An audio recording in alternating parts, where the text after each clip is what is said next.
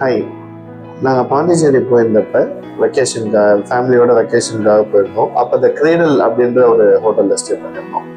இந்த ஹோட்டலில் என்னோட இன்டீரியர் டிசைன்லாம் ரொம்ப ரொம்ப நீட்டாக பார்த்து பார்த்து பண்ணியிருந்தாங்க. இது ஒரு உட்டன் காட்டேஜ் ஆக்சுவலாக.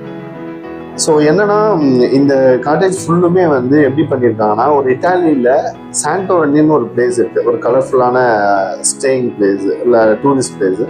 ஸோ அந்த மாதிரி இந்த காட்டேஜஸ் எல்லாமே டிசைன் பண்ணியிருந்தாங்க. இந்த காட்டேஜில் இன்னொரு ஹைலைட் என்னன்னா, இந்த பெட்டு வந்து ஸ்விங் பெட்டு. ஸோ ஸ்விங் ஆகிட்டே இருக்கும், நம்மளுக்கு வேணும்னா லாக் பண்ணிக்கலாம். இந்த கலர்ஃபுல் பிளேஸ்ன்றது இந்த பால்கனி வியூ வழியா நீங்க வெளியில போய் பார்த்தீங்கன்னா, ஒவ்வொரு காட்டேஜும் ஒவ்வொரு கலர்ல அவங்க கொடுத்துருப்பாங்க. கூடவே சம் பிளான்ஸ் கூட. இதுல ஹைலைட்டான விஷயம் அப்படின்னு பார்த்தீங்கன்னா, இது வந்து சிட்டியோட சென்ட்ரல் பிளேஸ்ல இருக்கு. ஆனா நம்மளுக்கு அந்த ஃபீலே தெரியாது. நம்ம சிட்டியோட அவுட்டர்ல இருக்க மாதிரி ஒரு ஃபீல் இருக்கும்.